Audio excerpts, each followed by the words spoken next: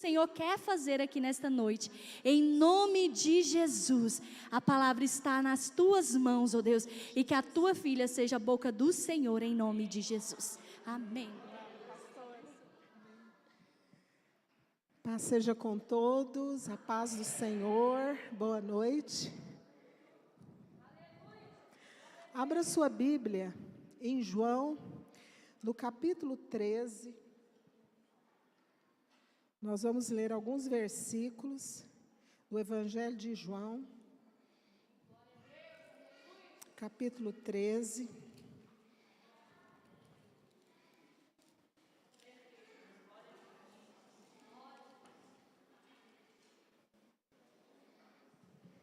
A partir do versículo 31.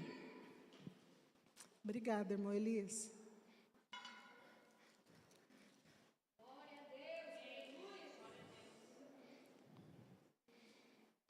Nós vamos ler a partir do versículo 34. Eu lhes dou um novo mandamento, que vocês amem uns aos outros, assim como eu os amei, que também vocês amem uns aos outros. Nisto todos conhecerão que vocês são meus discípulos, se tiverem amor uns aos outros. Amém? Abra a Bíblia aí, em João 17.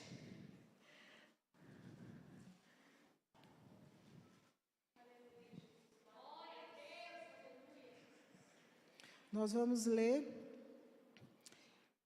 João 17, versículo 20, que diz assim: não peço somente por estes, mas também por aqueles que vierem a crer em mim por meio da palavra que eles falarem, a fim de que todos sejam um.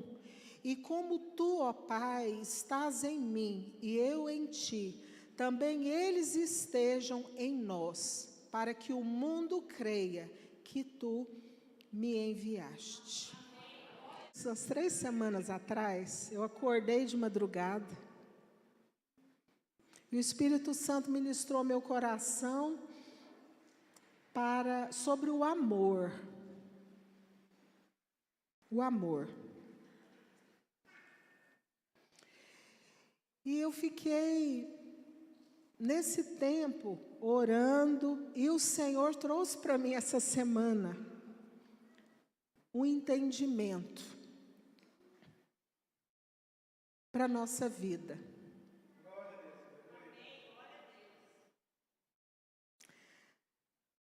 Eu quero contar uma experiência aqui, que eu contei quinta-feira na Igreja Resgate.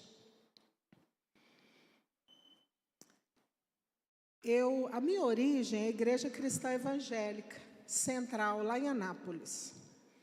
E há muitos anos atrás, foi um grupo da Igreja Luzes para os Povos apresentar um teatro. Eu era solteira, na época eu devia ter uns 18 anos, 19. E a minha igreja, essa igreja que eu congregava, ela era muito assim, zelosa. As pessoas que cuidavam do louvor, elas sempre buscavam músicas que relacionavam com o tema que ia ser pregado. E eles eram muito empenhados, e nessa igreja tinha pessoas que compunham, que Deus dava músicas. E nesse dia, eu lembro que aconteceu uma demanda na igreja. Algo aconteceu na equipe de louvor entre 2 pessoas. E a gente pensa que as coisas passam desapercebidas para o Espírito Santo, mas não. E aí Deus usou a líder daquele teatro, da Igreja Luzes para os Povos. E ela chamou uma dessas 2 pessoas e falou para ela assim: eu te amo. Você é muito usada por mim. Eu derramei dons sobre você, mas você precisa aprender a amar. E eu lembro que eu não estava presente, eu ouvi a história, mas eu vi os olhos dessa pessoa inchados de tanto chorar. Porque, irmãos, quando a presença de Deus vem sobre nós, com essa consciência que a gente precisa amar, a gente chora. E eu me lembro aqui da Joyce Meyer. A Joyce Meyer, ela disse que quando Deus ensinou ela a amar, ela ficou 3 dias chorando, com aquela visitação da presença de Deus. E nós precisamos buscar isso, irmãos, na igreja. Sabe por quê? Porque a gente gosta de usar roupas e caracteres que expressam a nossa fé. Um adesivo de carro, uma camiseta com versículo, às vezes uma pulseira, um anel. Mas Jesus, antes dele morrer, Jesus, ele alerta os seus discípulos, ele ensina os seus discípulos que é necessário a gente amar. Então não adianta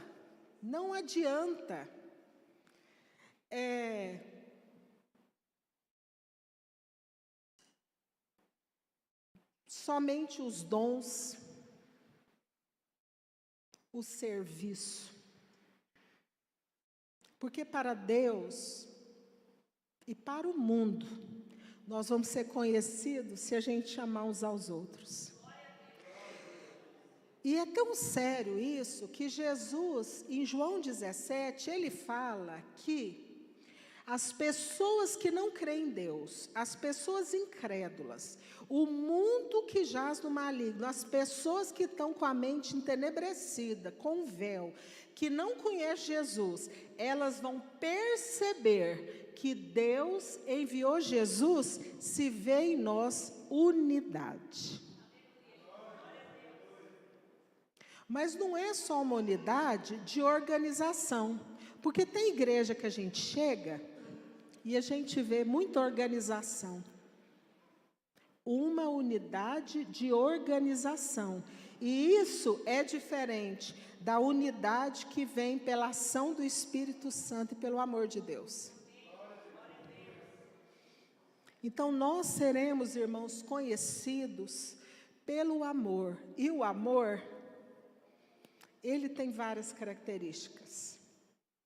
O amor, ele é manifestado de várias formas. E eu estava ali orando, o Espírito Santo trouxe ao meu coração a escrava de Naamã. A escrava de Naamã. A Bíblia não fala o nome daquela menina. Mas aquela menina, ela foi tirada da sua terra, da sua família, para morar na Síria. Por quê? Porque Naamã, ele era um profissional excelente naquilo que ele fazia. E a Bíblia diz que Deus deu vitória para Naamã. Naamã vai lá no povo de Deus e traz essa menina. E que coisa linda, os nossos relacionamentos interpessoais, porque tem troca. Eu sou abençoada, mas eu abençoo também. E Naamã, ele leva aquela menina, a menina começa a morar dentro da casa de Naamã. E quando a gente está em casa, a gente tira a máscara. Vocês concordam comigo? Às vezes, alguns anos atrás, eu falava para o meu esposo assim: Helder, por que comigo você age assim? Ele falou assim: porque com você eu sou o verdadeiro Helder. Eu sou verdadeiro. E na época eu ficava em crise. Por quê? Porque meu marido estava na frente da obra, pastoreava uma igreja, e ele agia. E ele falou: não, Francislene, com você eu sou o verdadeiro Helder, sem máscaras. E Naamã, na casa dele, ele tinha que tirar a armadura. E ela percebeu que ele era leproso, porque ela lavava aquelas faixas. Ela conhecia um lado de Naamã que ninguém conhecia. Mas ela tinha uma informação, ela tinha uma vivência, ela conhecia Deus. Porque ela poderia ser uma revoltada, uma rebelde, uma pessoa amargurada, uma pessoa vingativa e uma pessoa que não dá lugar para a ação do Espírito Santo. Mas ela não era. Ela perdeu tudo, tudo. Ela só não perdeu a saúde, mas ela saiu, ela mudou a vida dela completamente. E ela se tornou uma escrava do lado de fora. Porque quem ama é livre do lado de dentro. E ela fala para a mulher do Naamã: se o meu Senhor fosse lá em Israel, lá tem um homem, um servo de Deus, e ele seria curado da lepra.